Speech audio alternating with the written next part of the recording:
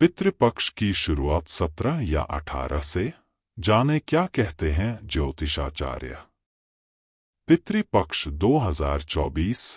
पितृपक्ष को लेकर इस बार कंफ्यूजन की स्थिति बनी हुई है।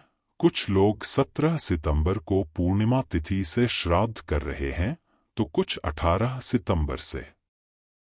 पंडितों में पितृपक्ष की तिथि को लेकर मतभेद चल रहे हैं। पितृपक्ष में पितरों के नाम का दान, तर्पण और श्राद्ध कर्म किया जाता है। आइए जानते हैं पितृपक्ष की शुरुआत कब से हो रही है और पूर्णिमा तिथि के श्राद्ध का क्या महत्व है। Undefined. Shraddh 2024 start date and time. Pitrupaksha 2024 की तिथियों को लेकर लोगों में मतभेद की स्थिति बन रही है। कोई 17 से तो कोई 18 सितंबर को पूर्णिमा पर महालया से इसकी शुरुआत मान रहा है। अलीगंज स्थित स्वास्तिक ज्योतिष केंद्र के आचार्य एस नागपाल बताते हैं कि पितृपक्ष 18 सितंबर को पूर्णिमा पर महालया से शुरू होंगे।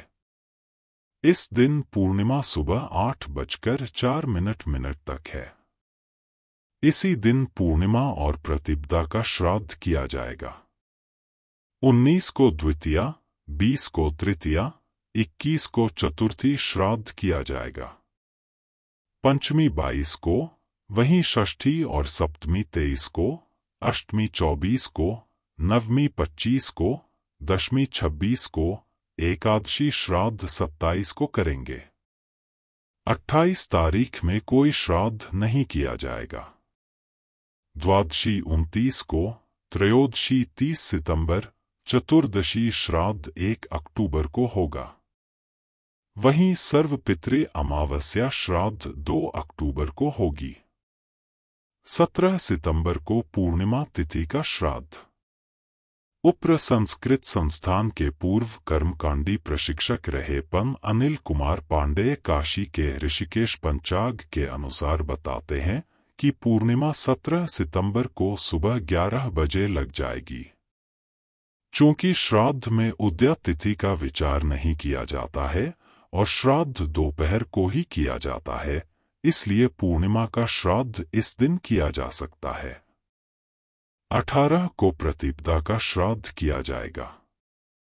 इसके बाद एक तिथि में श्राद्ध किया जा सकता है। 18 सितंबर को व्रत की पूर्णिमा।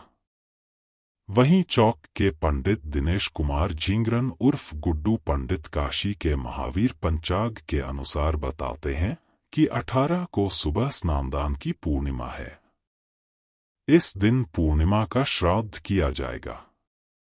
दूसरे दिन 19 तारीख को आश्विन मास की कृष्ण पक्ष की प्रतिपदा और द्वितीया दोनों रहेंगी, इसलिए इस दिन दोनों तिथियों का श्राद्ध इसी दिन किया जा सकता है।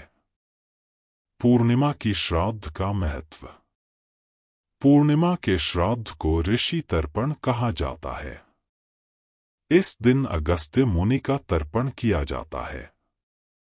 इन्होंने ऋषि मुनियों की रक्षा के लिए एक बार समुद्र को पी लिया था और 2 असुरों को भी खा गए थे।